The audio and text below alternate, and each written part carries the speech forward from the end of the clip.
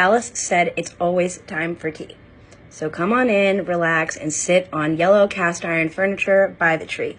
And steep deep for at least 3 minutes before you take a sip from your hot mess tea. I imagine a tea set that has wonky handles on the side in a way that makes you give the cup this weird look with your eyes. Question, how do I grab this cup to sip my tea? There's a chip on the side where you would drink, so it spills down your chin as it's on both sides, whether you hold the cup righty or lefty. And it's chipped in a way that makes you ask, do I have a hole in my lip because I keep spilling my tea on my lap? And no two cups are the same. In shape, color, size, none are made. Everything is mismatched, only the plates match the individual teacup with each set, and the pots are made in a different kind of way. And that's a peculiar looking one to see. As you stare elongated, it takes you a moment or 2 or 3 to take it in. It is made to not stand exactly upright, but it sure is sturdy while it leans on its side. And it takes a moment before you realize which is the handle and which is the spout for you to tip your pot and pour your tea out. There is actually a couple different spouts if you look closely, but only one handle on the side. There are designs that stand out that appear to be where you would lift the pot from, but look again, because if it's not the handle, you will get burned instead. This tea set can make your eyes go dizzy. It has so many designs, so much to see and study on all the sides. On this teapot, like it has eyes that are staring back at you within those designs. So many colors, so intrinsic to see, like it comes from different timelines, places, events, states, and countries. But this is your hot mess tea set for you to accept your story in life. What is it made of?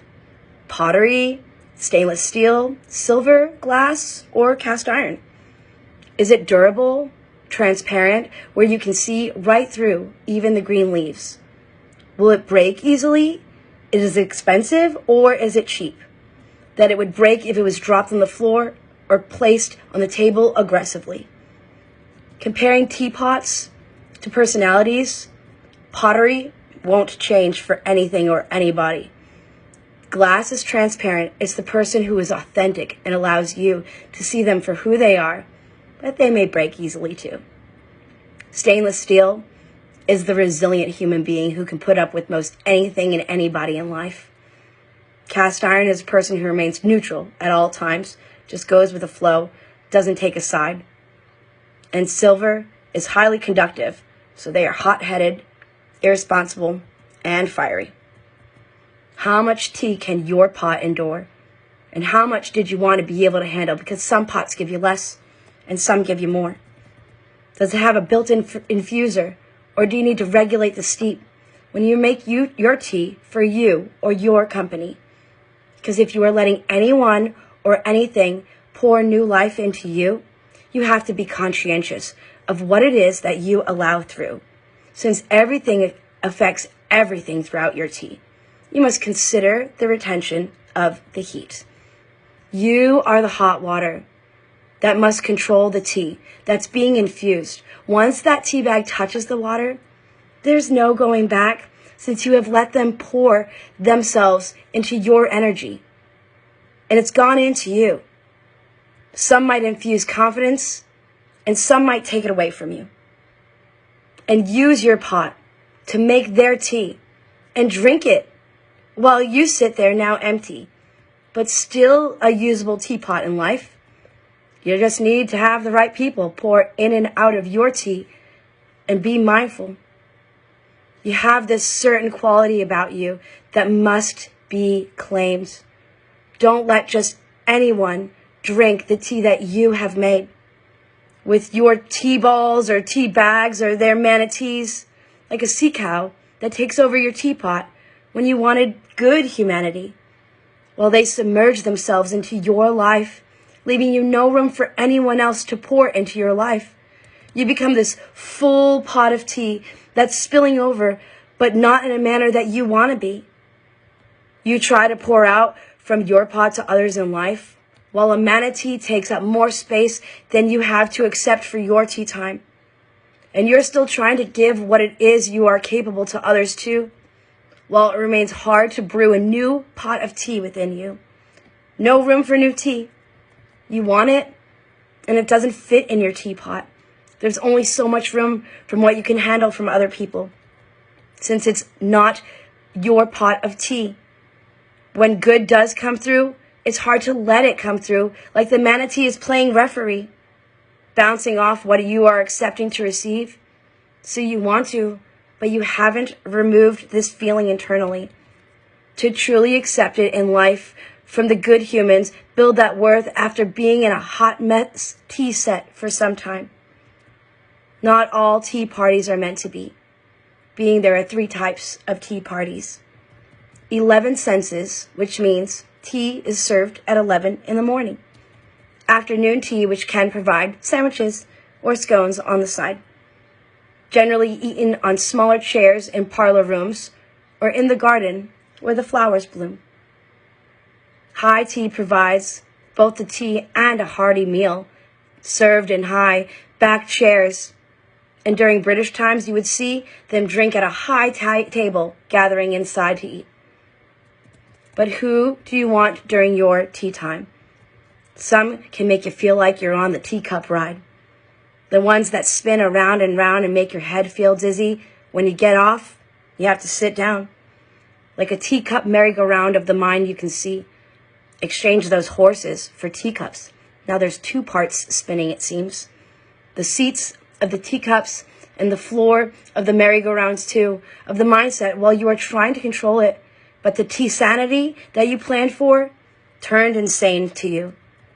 This is no British type high tea. It becomes a hot mess tea set you never prepared yourself for while you now steep.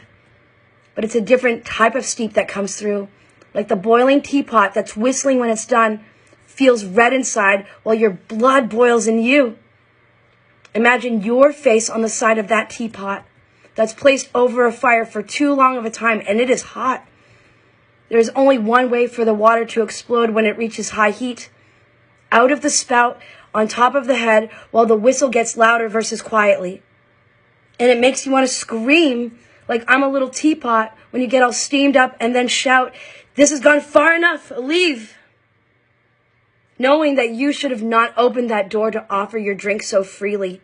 Polly may have put the kettle on, but you could be Suki and take it off of that high heat. I imagine a large hat-wearing type beauty with hair like Alice with banana curls you would see, who finally stands up for herself, points to the door and screams, "Leave." This is not the tea time they experienced. Not everyone is aware of the mannerisms you're supposed to carry during tea time. Like a wolf who dresses like a sheep. And when you brought out those little cucumber sandwiches that were meant to be for everybody, they took that entire plate and ate it right in front of your eyes. When they were made for everyone whom you invited to enjoy an eloquent tea. This was not meant to be a hot mess tea party in the first place. This is one that was planned with grace, with deliberation and conversation, not deliberate disobeyment. This was a party planned on joy and honest tea, for those to honestly be who they are and not ruin a tea party, and not a party with the intent of spilling the tea. And I don't mean the drink, I mean the gossip. There is to be none at a tea party for me. If someone talks poorly about someone, what would they say about me when they leave?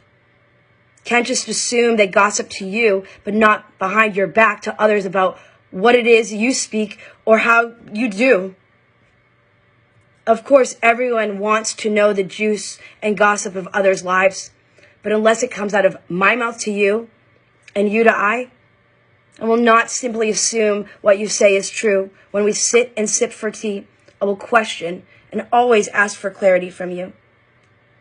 I enjoy a tea party anytime and would make any occasion a tea party in life, even if it means celebrating an unbirthday just to have you over for tea.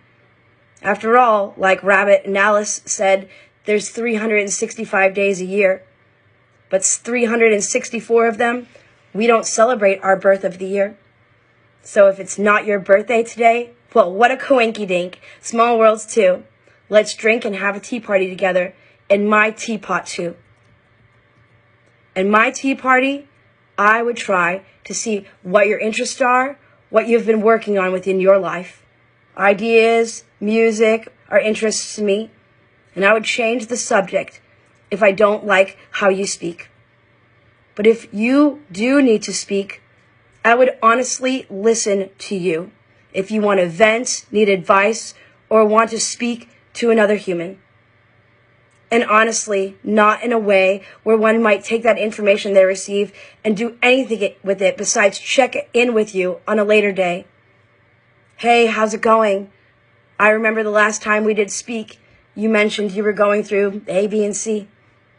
And believe me when I say I didn't tell others about what you said to me, because there's no maniacal mindset of the news to gain leverage, get a leg up, or one up any human being.